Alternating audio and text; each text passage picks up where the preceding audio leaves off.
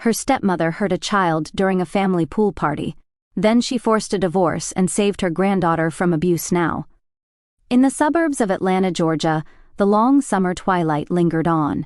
Margaret Williams was tending to her roses in her backyard garden, listening to the laughter of children drifting over from the neighboring house. She had finally retired last year after working as a nurse for 35 years. Ever since losing her husband 10 years ago, the center of her life had been her son, David, and his family. David was a man who worked as a project manager at a construction company and had remarried a year ago. His first wife, Sarah, had died of breast cancer when Emma was 2 years old. For 3 years after that, David had raised his daughter alone while receiving support from Margaret. Then last spring, he met Ashley, who worked part-time as a clerk at a local accounting firm. Ashley also had a 2-year-old son named Tyler from her previous marriage. After her divorce, she had returned to her parents' home and was working while raising her son. David and Ashley's relationship progressed relatively quickly, and they decided to marry after 6 months. Though Margaret was initially surprised, she wished for her son's happiness and warmly welcomed the new family. The wedding was held at a small church, with 4-year-old Emma participating in the ceremony carrying an adorable bouquet. Ashley wore a white lace dress, smiling happily despite her nervousness. Tyler was shy and stayed small on David's lap, but Emma was curious about her new family. Margaret felt hopeful about this new family structure as she watched her granddaughter accept her stepmother and little brother. After the marriage, Ashley earnestly tried to be a good stepmother. She learned Emma's favorite foods, went shopping with her, and read picture books to her at night. Emma, though initially confused, tried to accept Ashley as her new mama. Tyler and Emma were close in age, and they were often seen playing together like siblings. On weekends, Margaret would invite this new family for dinner, Ashley would bring homemade dishes, and David would play with the children in the yard. On the surface, they seemed to be building an ideal family relationship. Ashley also showed respect toward Margaret, calling her the mom with affection. However, recently Margaret had begun to notice small changes. Emma visited her less frequently and spoke less actively than before. When Margaret asked David over the phone, he replied, "She just needs time to adjust to the new environment." Ashley also spoke honestly, saying, "Emma sometimes seems to miss her real mother. I'm doing my best, but it's difficult since we're not blood related." Margaret, with her experience as a former nurse, understood that it takes time for children to adapt. Marriage and divorce were major changes even for adults and even more so for children. She recognized Ashley's efforts and thought about deepening family bonds gradually over time. On a hot summer day, Margaret was cleaning the pool in her yard while planning to host a pool party for the whole family. Emma loved playing in water, and it would be a fun time for Ashley and Tyler too. She called her son and suggested a pool party for the weekend. David gladly agreed, and he told her that Ashley was also looking forward to it. Margaret wholeheartedly supported this new family structure. She believed that with love and understanding, people could become family even without blood ties. Seeing Ashley's efforts and sincerity, she was confident that time would resolve everything. With the arrival of autumn, Margaret's anxiety began to take concrete form. Phone calls from David became more frequent than before, and their content had changed. They shifted from work talk and general updates to consultations about Emma's condition. "Mom, Emma hasn't been eating much lately." David's voice was tinged with confusion.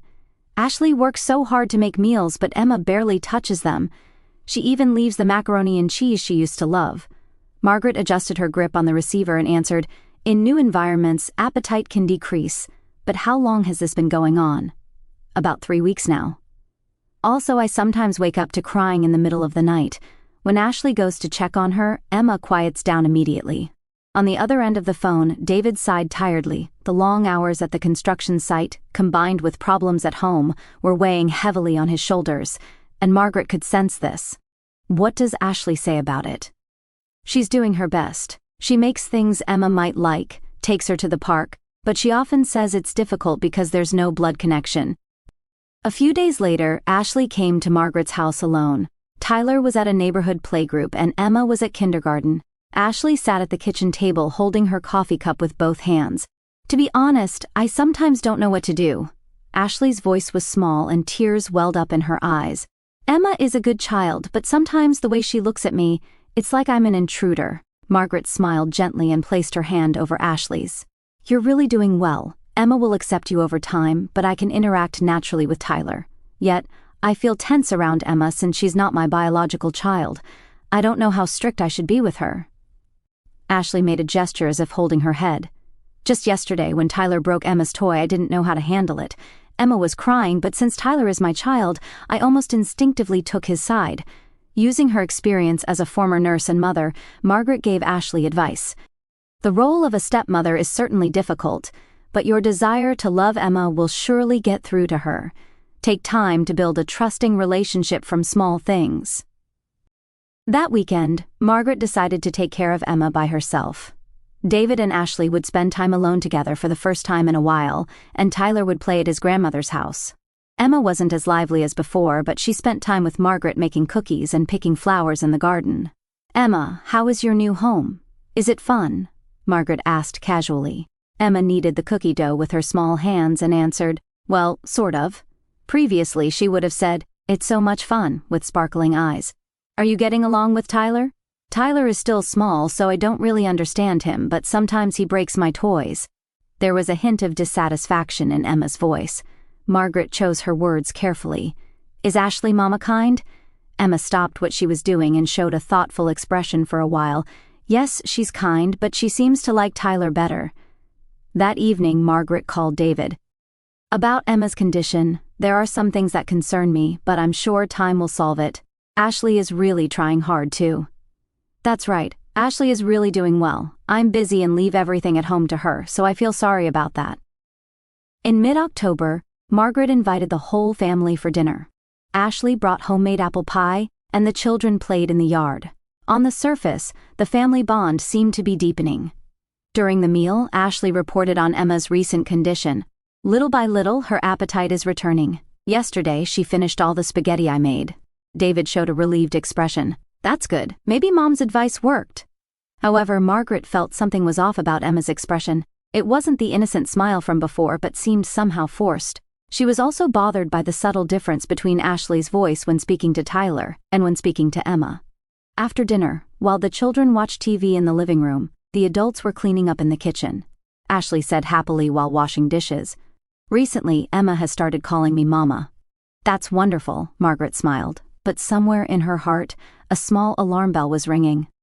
That night, after the family had gone home, Margaret stood alone in the kitchen thinking. Ashley was certainly making an effort. Emma also seemed to be adapting to the new family on the surface. However, her years of experience as a nurse told her that there was something she was overlooking. There's always a reason for changes in children's behavior. Loss of appetite, night crying, and the lack of previous liveliness. Were these simply part of the adaptation process? Margaret looked out at the dark yard through the window and felt she needed to observe her granddaughter's small changes more carefully. On a weekend, when the unusual November warmth continued, Margaret decided to hold the pool party she had planned. Unusually for a Georgia autumn, the temperature rose to 75 degrees Fahrenheit, making it perfect weather for swimming. She prepared the yard early in the morning, checked the pool water temperature, and prepared fruit salad and sandwiches that the children loved. Around 2 in the afternoon, David's car pulled into the driveway. Margaret greeted the family at the front door. David was wearing a casual work shirt and showed a relaxed expression for the first time in a while. Ashley wore a floral sundress and was holding Tyler's hand. 2-year-old Tyler was wearing a small blue swimsuit and was already flushed with excitement. "Mom, what lovely weather!" Ashley greeted brightly and offered homemade brownies. "I worked late into the night, but I made Emma's favorite chocolate brownies." Margaret took the brownies while watching Emma get out of the car. Her 4-year-old granddaughter was still in regular clothes, carrying a small backpack, and seemed to be walking heavily. Previously, she would have been the first to run out to the yard. "Emma, it's Grandma." Margaret knelt down to Emma's eye level. "I was looking forward to playing in the pool with you." Emma smiled slightly, but that smile lacked its previous sparkle. "Hello, Grandma." Tyler was already running toward the yard. "Pool, pool," he shouted while walking unsteadily on his little legs. Ashley hurried after him. "Tyler, wait, you can't get in the pool yet." David, as a father, watched his son's behavior with amusement. Tyler loves water. The other day he got his clothes wet at the park fountain and Ashley was troubled. Moving to the yard, Margaret had prepared a changing room for the children. Ashley took Tyler's hand and said, "Come on, let's change into your swimsuit." Tyler clapped his little hands happily. "Emma, let's change together too." Ashley called to Emma, but Emma shook her head. "My tummy hurts." Emma's voice was small and she pressed both hands against her stomach. David approached his daughter with concern. "Are you okay? What kind of pain?" Emma looked up at her father and answered, "It hurts just a little, but I'm okay." However, anxiety was clearly visible on her face. "Leave her alone." David's voice was unexpectedly cold. "It's the usual thing. Recently, she makes excuses and doesn't want to participate in anything." Margaret was surprised by her son's reaction. Previously, David would have prioritized Emma's health above all else. Ashley also added in agreement, "That's right, Mom, Emma often doesn't want to participate in fun activities lately. It might be better to leave her alone and not interfere." The words, "don't interfere," stuck in Margaret's heart. Emma was a family member and should never be considered a nuisance. After Tyler finished changing in the changing room, Ashley led him by the hand to the poolside. "Mama, I want to swim." His voice was filled with pure joy. Ashley smiled gently and said, "Of course, Tyler, but only in the shallow part at first while taking her son's hand." At that moment, Margaret noticed something. There was a clear difference between the way Ashley looked at Tyler and the way she looked at Emma. Emma sat alone on a chair by the poolside, swinging her legs back and forth. She watched the rest of the family playing happily in the pool from a distance. Margaret sat down next to her granddaughter. "Does your tummy really hurt?" Margaret asked gently. Emma nodded slightly. "Yes, but I'm okay. Is there anything you want to tell Grandma?" Emma seemed about to say something for a moment, but was interrupted by Ashley's voice. "Emma, time for hydration." Ashley brought a water bottle and offered it to Emma. About 30 minutes later, Margaret headed to the bathroom inside the house. Her aging bladder wouldn't allow her to sit for long periods. As she walked down the hallway, she heard small footsteps behind her. When she turned around, Emma was secretly following her. "Emma, what's wrong?"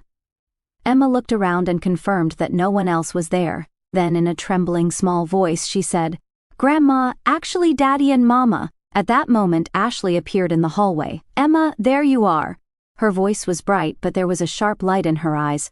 "It's time for your medicine. I brought medicine that will help with your tummy ache." Margaret frowned. "Medicine? Is Emma prescribed something?" "Oh, we got some mild stomach medicine from the pediatrician."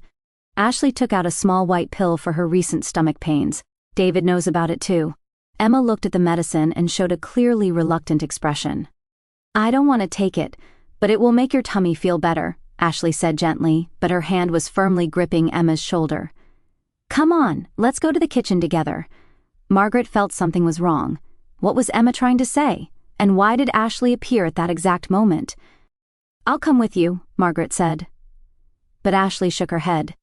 "It's okay, Mom. Emma and I will be fine alone. We shouldn't keep our guests waiting." Emma turned around and gave Margaret a look that seemed to be asking for help. However, Ashley was already taking her hand and heading toward the kitchen. Margaret was left alone in the hallway. Her heart was beating fast. Her nurse's intuition told her that something was fundamentally wrong. Emma's expression, Ashley's behavior, and her son's cold reaction, everything was starting to connect. When she returned to the yard, David was playing in the pool with Tyler. "Mom, where did you go? Where's Emma?" "She's taking medicine with Ashley. She's been having stomach trouble lately." Margaret was appalled by her son's indifference. Previously, David would have prioritized his daughter's health above all else. 10 minutes later, Ashley and Emma returned to the yard. Emma's face looked a little pale. "She took her medicine, so she's fine now," Ashley said brightly. However, Margaret noticed that Emma had tears in her eyes. Her 4-year-old granddaughter was desperately trying to communicate something, and that voice was being silenced by adult convenience. The party continued until evening. But Margaret's heart was heavy. When the family was leaving, Emma turned back one last time to look at her grandmother. What was reflected in those small eyes was a light asking for help. 3 days later, Margaret made up her mind and called David. She had been unable to sleep for nights, worried about her granddaughter's condition. "Could I take care of Emma this Saturday? I'd like to spend time with just the two of us for the first time in a while." David seemed a little surprised. "Of course, that's fine, but is there any special reason?" "I just want to treasure time with my granddaughter as a grandmother. You and Ashley need time alone together sometimes too, don't you?" That's true. Ashley seems tired lately, so it might be just right. On Saturday morning, David brought Emma over. Ashley said she had errands and didn't come along. Emma was carrying a small pink backpack and still seemed listless. "Where's Tyler?" Margaret asked. Ashley took him to her parents' house. She wanted to introduce him to his grandparents. After David left, Margaret decided to make pancakes with Emma in the kitchen. It used to be Emma's favorite activity. However, today Emma's hand mixing the batter was weak, and she occasionally stared blankly out the window. "Emma, you can tell Grandma anything," Margaret said gently. "If you're worried about something or if something unpleasant happened." Emma stopped stirring and looked up at Margaret. In those big eyes was a deep sadness that seemed almost adult-like. "Grandma, will you promise me that you won't tell anyone?" Margaret's chest tightened. "Of course, Emma. Grandma will absolutely keep her promise." Emma began to speak in a small voice. "Ashley Mama is mean to me when Daddy isn't there." "What kind of mean things?" Margaret knelt down to Emma's eye level. "Even when Tyler breaks my toys, she says it's my fault, and she gives me less food and says, 'You're too fat,' but she tells Tyler gently, 'Eat more.'" Margaret's hands began to tremble. "What else?" "At night, after Daddy goes to sleep, Ashley Mama comes to my room and says, 'You're not part of this family.' She says, 'Your real mama isn't here anymore.'" Tears began to flow down Emma's cheeks. "And that white medicine is bitter and makes me feel sick. But if I don't take it, she gets angry." Margaret hugged Emma with trembling hands. "Emma, thank you for telling me. It's going to be okay now. But when I tell Daddy, he doesn't believe me. Ashley Mama says it's Emma's imagination." At that moment, Margaret noticed something. There were small blue marks on Emma's arm. "Emma, what happened to this?" Emma tried to pull down her sleeve to hide it. "I fell down."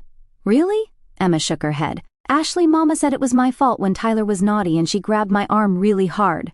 Margaret remembered her nursing training and calmly checked if there were other injuries. There were also small scratch-like marks on her back. "Emma, this too. She scratched me with her nails, but she told me to tell Daddy that a cat scratched me." Margaret's heart was filled with anger and sadness that her granddaughter at only 4 years old had been carrying such pain alone. In the afternoon, while Emma was napping, Margaret carefully took photographs. She needed to keep them as evidence. Then she called David. "Can you come right now? I have something important to talk to you about regarding Emma." "Did something happen?" David's voice was tinged with agitation. "I can't talk about it over the phone. Come alone." An hour later, David arrived.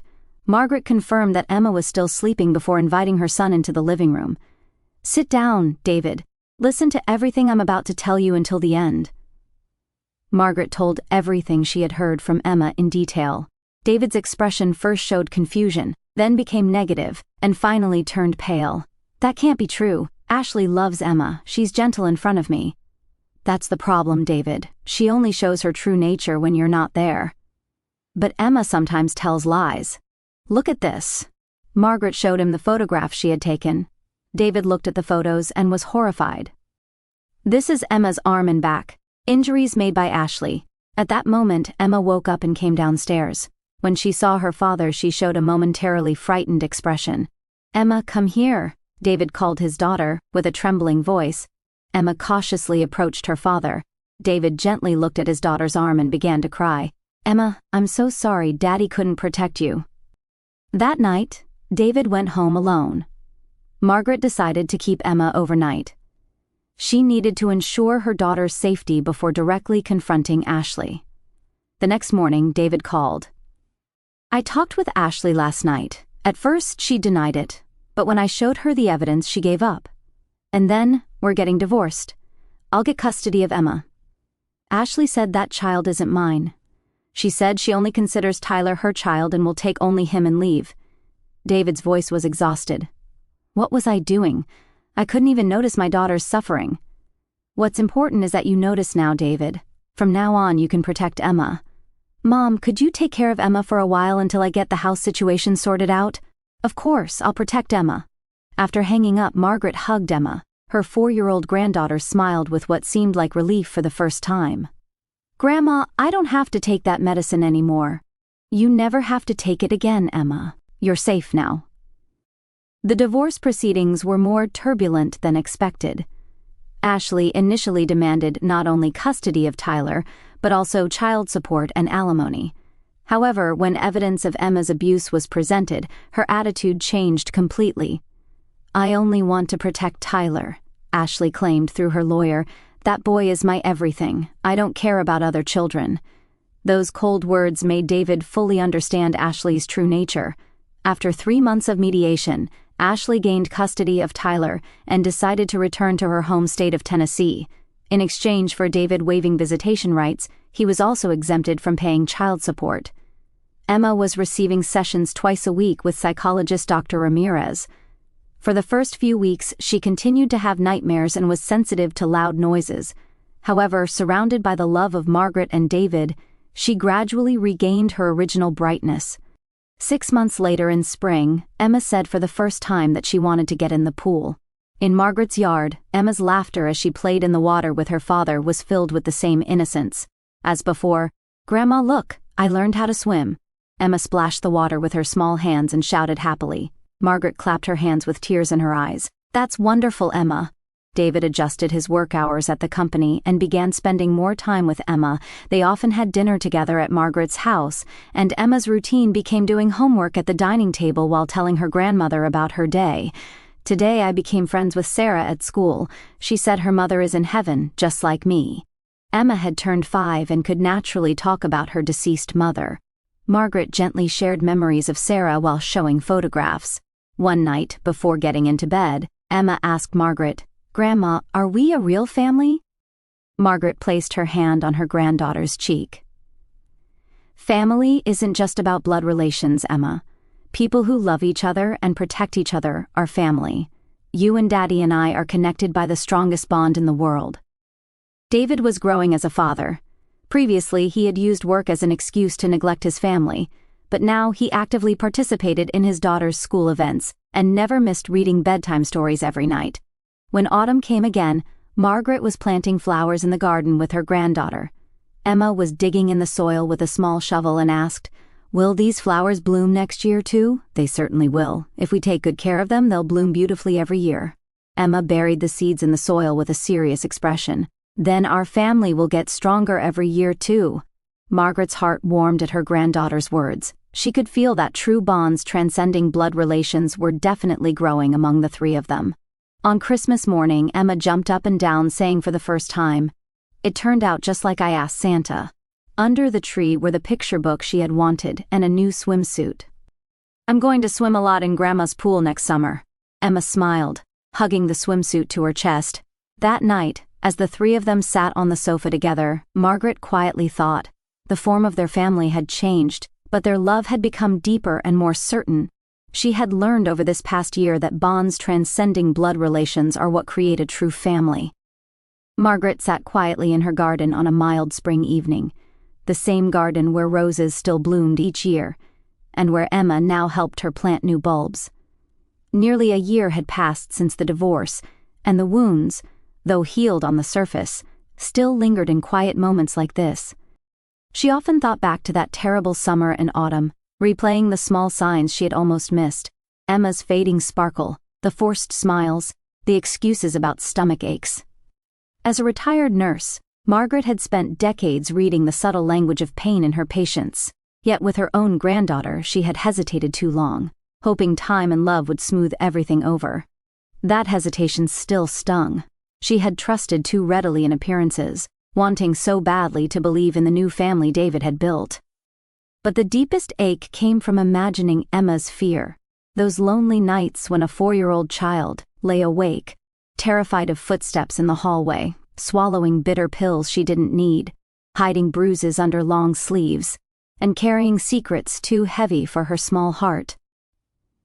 Margaret's chest tightened whenever she pictured Emma's pleading eyes in the hallway that day at the pool party, silently begging for rescue while adults chatted and laughed nearby. Tears welled up now, not of despair but of fierce gratitude mixed with sorrow. Gratitude that Emma had finally found the courage to speak, that David had listened when shown the truth, and that the nightmare had ended before irreparable harm was done.